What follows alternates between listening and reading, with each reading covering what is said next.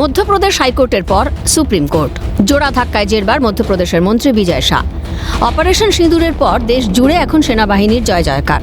ভারতীয় সেনাবাহিনী কিভাবে প্রত্যাঘাত করেছে তার বর্ণনা দেশ ও বিশ্বের সামনে তুলে ধরে শিরোনামে কর্নেল সোফিয়া কুরেশি ও ভূমিকা সিং। কিন্তু কর্নেল কুরেশি সম্পর্কেই বিতর্কিত মন্তব্য করে বসেন মধ্যপ্রদেশের হেভিওয়েট বিজেপি নেতা ও আদিবাসী উন্নয়ন মন্ত্রী বিজয় শাহ। কি বলেছিলেন মন্ত্রী?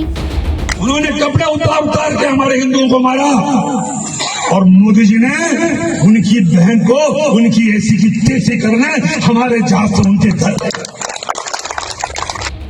সুপ্রিম কোর্টের প্রধান বিচারপতি বি আর গাভাই মন্ত্রীর এই মন্তব্যকে অত্যন্ত দুর্ভাগ্যজনক বলে বর্ণনা করেন। দেশের সাংবিধানিক পদে থাকা ব্যক্তিদের ভাষা প্রয়োগে আরও সচেতনতার প্রয়োজন। বিজেপির মধ্যপ্রদেশের মন্ত্রী বিজয় শাহকে প্রধান বিচারপতি প্রশ্ন করেন, আপনি কি ধরনের মন্তব্য করেছেন? আপনার সামান্য ধারণা এবং জ্ঞান থাকা দরকার। হাইকোর্টে গিয়ে এখনই ক্ষমা চান।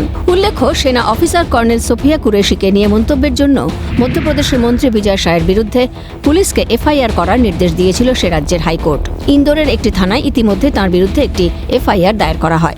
সেই এফআইআর যেভাবে দায়ের করা হয়েছে তা নিয়ে প্রশ্ন তুলল মধ্যপ্রদেশ হাইকোর্ট। ডিভিশন বেঞ্চের পর্যবেক্ষণ, এটা কি এফআইআর? অপরাধ যে হয়েছে সে কথা কোথায়? পুলিশের উদ্দেশ্য নিয়ে প্রশ্ন তুলে তিরস্কার করলেন বিচারপতি অতুল শ্রীধরন এবং বিচারপতি অনুরাধা মালিকের বেঞ্চ। এরপরে এফআইআর সংশোধনের নির্দেশ দিয়েছে মধ্যপ্রদেশ হাইকোর্টের ডিভিশন বেঞ্চ। বিজয় শাহের মন্তব্যের পরেই বিরোধীদের কড়া সমালোচনার সামনে পড়তে হয় তাকে। দেশের শীর্ষ আদালত জানায়, যদি এ বিষয়ে হাইকোর্ট কোনো ব্যবস্থা নেয় তা সুপ্রিম কোর্ট খারিজ করবে না। পাশাপাশি গ্রেফতারি এড়াতে সুপ্রিম কোর্টে যে রক্ষা কবচের আবেদন করেছিলেন মন্ত্রী বিজয় শাহ তাও খারিজ করে দিয়েছেন প্রধান বিচারপতি। দেশের সেনাকে সম্মান জানানো উচিত, বিজয় শাহের বিতর্কিত মন্তব্যে প্রতিক্রিয়া বিজেপি নেতা দিলীপ ঘোষের। সেনা ভারতের জন্য লড়াই করছেন, মহিলা পুরুষ নির্বিশেষে, তারা আমাদের কাছে গর্বের। তাদের সম্বন্ধে কোনো কথা অপমানজনক, নিন্দাসূচক বা তাদের গরিমাকে আঘাত করে এরকম কথা কারোর বলা উচিত নয়। বাকি কিছু হলে সে তো সরকার আছে, তার জন্য আইন আছে, তারা দেখবে। উল্লেখ্য, পরিস্থিতি সামলাতে বিজয় শাহ বলেন তার মন্তব্যকে বিকৃত করা হয়েছে। তিনি বলেন এই ভুলের জন্য 10 বার ক্ষমা চাইতেও তৈরি তিনি।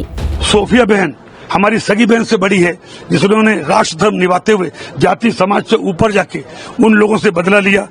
वो बहन हमारी सगी बहन से महत्वपूर्ण है और मेरा ना तो ऐसा कोई मन था ना इच्छा थी, और उसके बावजूद अगर जोश में कोई बात निकल गई हो और किसी को बुरी लगी हो तो मेरा ना उद्देश्य था। फिर भी अगर किसी को लगी हो तो मैं दिल से 1 बार नहीं 10 बार माफी मांगता हूं। বিতর্কিত মন্তব্যের জল গড়ালো সুপ্রিম কোর্ট পর্যন্ত। এখন দেখার আইন কি পথ দেখায়। ক্যালকাটা নিউজ।